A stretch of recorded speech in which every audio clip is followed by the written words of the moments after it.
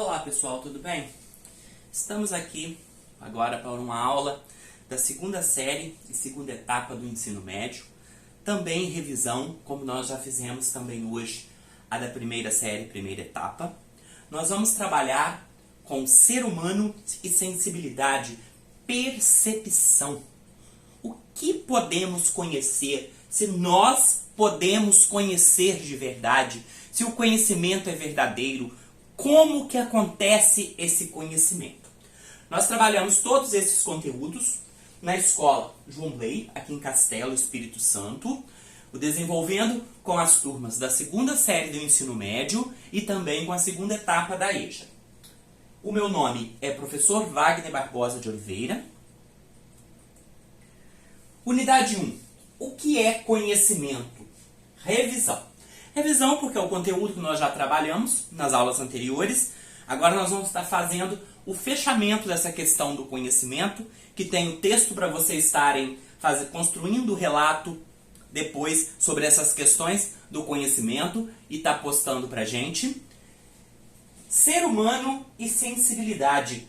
Percepção. O que é a percepção? Como que ela acontece? Quais são os nossos 5 sentidos? Do modo empírico de perceber o mundo, que é colocado por John Locke no empirismo, os 5 sentidos. Quais são os 5 sentidos? Tato, olfato, paladar, audição e visão. Nós aqui na aula online, nós trabalhamos muito com a audição e a visão. Trabalhando para vocês, trazendo esse mecanismo de transmitir a imagem, o que é bem diferente da aula presencial. Por quê? Na aula presencial nós trabalhamos da mesma forma, porém é de forma imediata. Acontece diariamente, semanalmente. E se há alguma correção a ser feita, nós fazemos no momento, não é como aqui no virtual. Por quê? Uma aula para ser preparada, eu costumo gravar ela 1, 2, 3, até 5 vezes. No presencial, não. O conteúdo é passado no momento. As correções são feitas imediatamente. Mesmo que haja a pesquisa que a gente busque, a gente anote para buscar depois. Então, passando, o que é conhecimento? Como nós já vimos, o conhecimento é a relação entre sujeito e objeto. Sujeito e objeto. No conhecimento, o sujeito ele é aquele que apreende o objeto, que ele é capaz de conhecer. Por exemplo, esse controle é um objeto.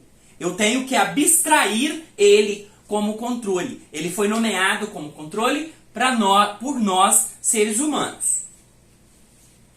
Qual a fonte do conhecimento? Nós temos o racionalismo com René Descartes, o empirismo com John Locke, o criticismo de Immanuel Kant. O que é esse racionalismo? O Descartes dizia: penso, logo existo. As coisas só são possíveis de ser conhecidas porque nós pensamos. Porque nós construímos esse conhecimento. Nós temos essa base teórica. O Locke já dizia que nós nascemos como uma folha em branco.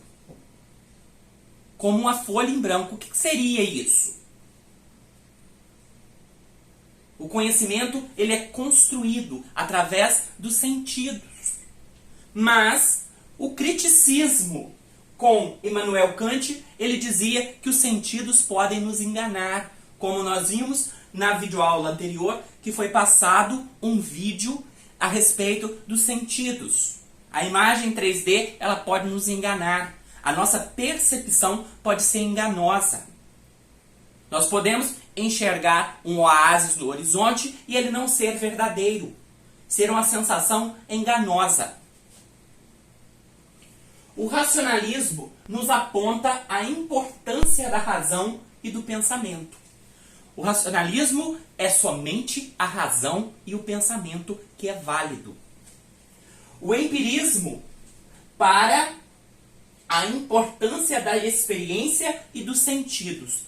No empírico é somente o que eu posso perceber através dos 5 sentidos. Igual eu falei com vocês, ó. Paladar, olfato, visão, audição e tato. Disso daí nós construímos o conhecimento. Tem essa construção do conhecimento. O conhecimento científico e o conhecimento também cultural, como exemplo que nós vamos usar agora aqui do nosso estado, da nossa cultura. Construção do conhecimento. Paneleiras do Espírito Santo. São mais de 4 séculos de conhecimento sendo repassado de geração em geração.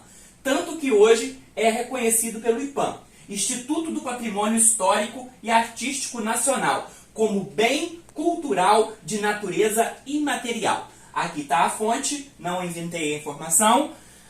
A forma que é passado esse conhecimento de geração para geração. A paneleira ela precisa fazer uma faculdade para ela ir lá fazer a panela? Não. Aquilo ali elas aprendem com a mãe, com a avó, com a bisavó. É passado de tradição. E esse barro é tirado lá mesmo em Vitória. Elas compram de outras pessoas, que eu não tenho a informação agora no momento, mas é comprado em forma de bolas para se construir o bem. E tem todo um processo. A fase artística, a fase do cozimento, a fase do que eles vedam a panela para ela ficar pronta para ir para o fogo não estourar. Tem toda a questão de construção desse conhecimento, que é um bem imaterial e é da nossa cultura capixaba, é do nosso contexto de Espírito Santo. É algo que nós temos em nossa cultura, como também tem a moqueca e outras características.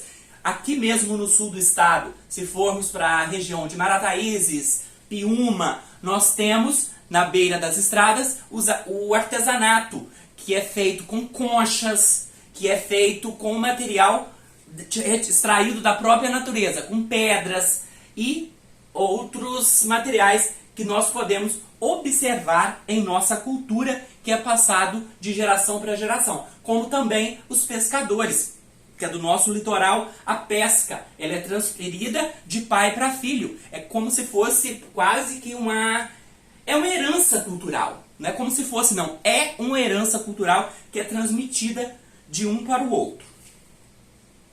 Aí nós temos, no âmbito da filosofia, temos o dogmatismo. No âmbito da filosofia, o dogmatismo é o pressuposto teórico comum a diversas doutrinas filosóficas, que considera o conhecimento humano apto à obtenção de verdades absolutamente certas e seguras. Ou seja, o dogma ele é incontestável.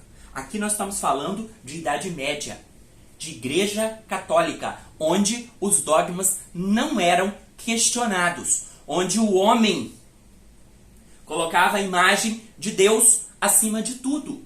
E não existia questionamento, não existia essa questão de você questionar, de ter ponto de vista diferente. Nós temos também, no âmbito da filosofia, o termo ceticismo, que designa uma doutrina fundada na Grécia Antiga, no século IV, antes de Cristo, por Pirro de Elis, também conhecido como Pirro, e que afirma que nunca podemos, alguma vez, ter a certeza de alcançar a verdade. Então esse filósofo partia do princípio da dúvida, do questionamento.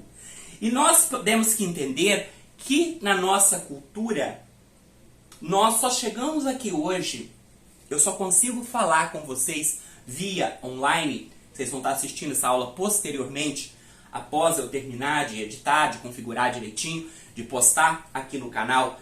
Quem não tiver inscrito ou ver lá pelo Google Sala de Aula, vocês vão estar vendo a aula.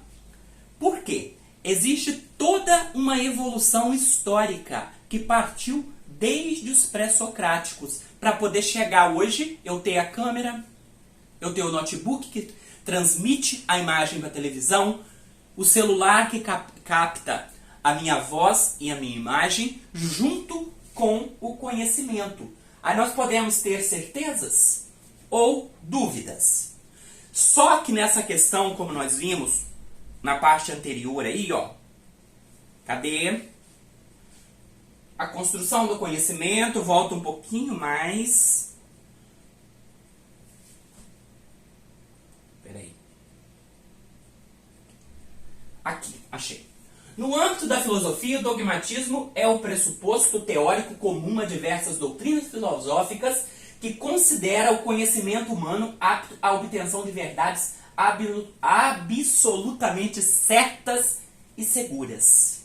Essas verdades inquestionáveis. A igreja que se dizia a dona, a detentora, a tutora do poder. E nós temos na nossa história fatos que nós sabemos da Idade Média, também da Idade Moderna, de pessoas que foram perseguidas por causa de suas crenças, suas doutrinas, suas características. Nós vivemos num país que a base tem raízes afros e indígenas que foram escravizados. Temos isso na nossa doutrina. E um dado que eu queria ter colocado para vocês na aula passada, mas passou, é sobre a questão da informática. Nós temos um histórico por trás disso que tem características também que nós podemos abordar. Olha só, pai da informática moderna, vítima do dogmatismo e da intolerância. Alan Turing foi um incrível matemático, lógico e criptoanalista cujos estudos e projetos se tornaram base para a tecnologia atual. É neste momento que muitos podem estar pensando, mas afinal de contas, o que esse cientista inventou de tão importante? A resposta deve estar literalmente na sua frente, e é o motivo de você estar usando um computador neste momento. Esse conjunto, computador, internet, lente do celular, câmera, ele contribuiu para essa questão. Mas, como nós falamos aqui, o britânico Alan Turing, considerado o pai da informática moderna e que ajudou a decifrar o código Enigma alemão durante a Segunda Guerra Mundial, recebeu um indulto póstumo após ter sido condenado em 1952 por ser homossexual. O que aconteceu? Essa pessoa que tanto contribuiu para a nossa ciência, para o que nós temos hoje a respeito de tecnologia, sofreu uma condenação em sua época devido à sua orientação sexual. Ou seja, ele sofreu um processo de castração química. Olha o absurdo da situação. Sentenciado a uma sequência de injeções para castração química, o que deixaram impotente e estimularam o surgimento de seios. Imagina a questão moral dessa pessoa. O cientista acabou falecendo após a ingestão de uma maçã envenenada com cianeto, o que se supõe ter sido suicídio. No ano de 2009, o então primeiro-ministro Gordon Brown pediu desculpas pelo caso, mas o perdão oficial não foi concluído.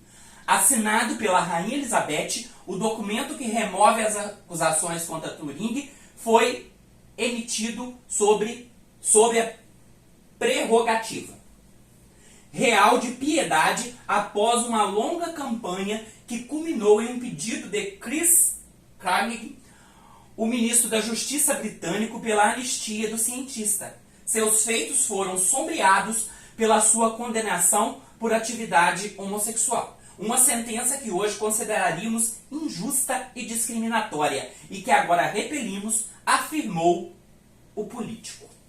Então, aqui também estão as fontes que foram retiradas, as informações que são passadas para vocês aqui agora. São pontos para que possamos refletir e na hora de vocês de construírem o texto, o relato aí, citem também as situações que dizem respeito a essa evolução. Obrigado a todos e até a próxima.